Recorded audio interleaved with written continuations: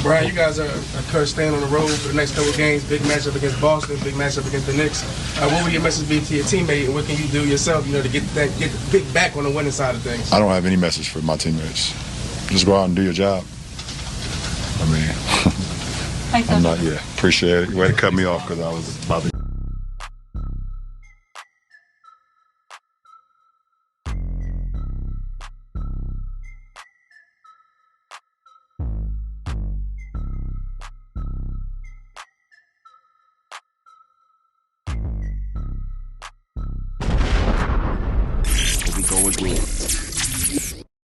Yes, sir. Yes, sir. Here we go again. Another cryptic tweet from LeBron James. Another passive message for his teammates, which means one thing. It can only mean one thing and one thing only. The Lakers are losing.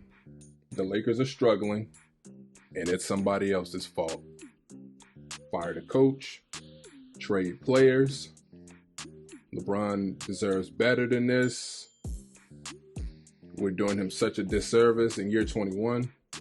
He's 39. He deserves better. Here we go again. You saw the video of LeBron, quote unquote, about to go off or whatever. We know that the Lakers been struggling all season. Struggling all season when you really look at it. The best they've actually been was like 14-9.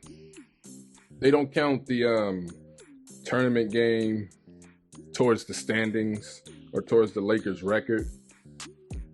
But that was honestly their peak. That was the best they've looked in those tournament games. And everything felt okay. I mean, even myself came into the season, a Laker fan, like I was saying last year, looking at the team, that, man, if you give this roster right here a full 82 games, they're going to win at least 50, 53. But that's clearly not the case. They already have, 25 losses. We know that they're not going to win out, but the most that they can win is 57. They're not winning in the 50s. And I'm not going to sit here and say, oh, they're not going to make the playoffs. Because I understand that there's always some miracle that happens where they pull off a trade that we're just scratching our heads like, how were they able to get these guys? How were they able to do this? They have no more capital. But we're back in the same position. And I admit I was wrong. Coming into the season, I thought they were a contending team. But I'm not going to sit here in delusion and pretend like everything's okay. You know what I'm saying? This is, you know what I'm saying, Lakers. Yes, it's Lakers. I'm a fan. I'll always be a fan, but I'm not going to sit and believe something that's not true. We were all clowning the Clippers just a couple months ago when they were like 3-7 in 10 games. Forgetting the fact that the Lakers are only 5-5, they're still not pulling away, separating the wins and the losses. Yes, the Clippers were terrible, but look at them now. Only a game back in the standings for first in the standings. They've strung together 9-game win streaks and things like that. And the most the Lakers have won in a row is 3 straight, and that was on 3 separate occasions. Recently just got blown out by the Hawks, before that by the Rockets. This is just showing you that the team just isn't good enough. This is not just a Darvin Ham issue. I just can't take the same narrative every year around this guy. Trade away all these players who we swore by. But now all of a sudden, Vando was a Swiss Army knife and all these things last year when we got these dudes. But now all of a sudden they all got to go. And LeBron James is to get no blame for anything that's going wrong in LA. You can't expect people to stand by this and just ignore it and then chop it up as to, oh, y'all just hate LeBron James. Getting that, I posted that little clip that you guys saw in the beginning in the comments. I mean, as a short video.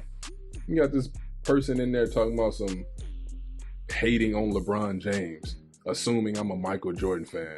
Oh, you must be a Michael Jordan fan. Let's not forget the fact that Michael Jordan pounced on Steve Kerr. What does that have to do with what we're talking about right now? It has absolutely nothing to do with the situation at hand. Everything is chopped up to hate on LeBron. If you criticize this man one time, you're hating.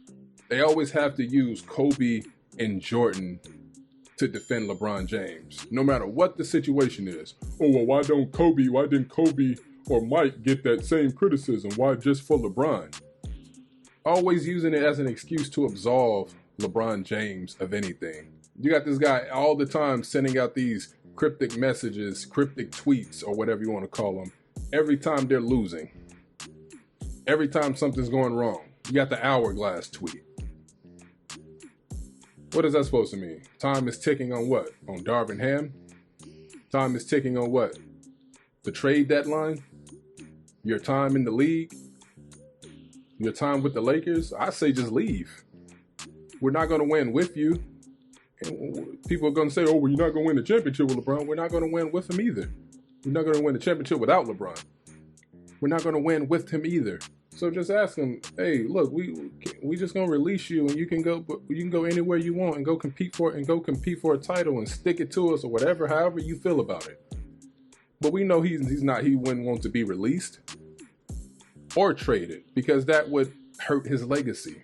That would be an embarrassment, because Kobe was never traded. He may have requested one, but he was never traded. Mike was never traded. He wouldn't want that. Let's stop pushing the goalposts, moving the goalposts every time things go wrong with the Lakers. The team is not good. They're not good. Part of that is because it doesn't seem that they practice together. They play too slow. They play a slow brand of basketball that's really tough on the eyes. They don't run set plays. They just go down there and free fall it. Throw the ball into AD. LeBron try to get a running start to the basket. Guys try to get open. And sometimes they'll miraculously find themselves open for a three. But when you look at the games, you look at this team play compared to other teams like the Nuggets or the Warriors. Warriors probably not a good example to use today, but times past, because they're just not playing good. They're just not a good team. But they actually run plays, so I can use them. They set screens. They have people who know how to play off the ball, but these guys can't play their brand of basketball with LeBron because of his age.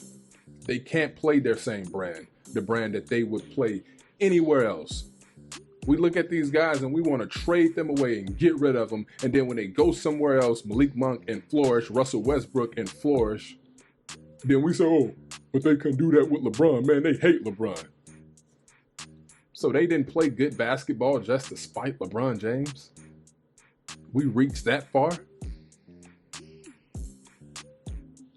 They can't play a brand of they have to play a brand of basketball that suits LeBron James. That is what's holding the team back. They can't play up to their speed. We'll probably look at Max Christie and say he's a bust, but I guarantee you, if that dude go anywhere else where they have good developmental coaches or training staff, he would flourish. And we would be saying, oh, why couldn't he do that with the Lakers with LeBron James? Because he's not allowed to play his brand of basketball with LeBron James. LeBron James cannot play up to the speed that the Lakers are supposed to be playing.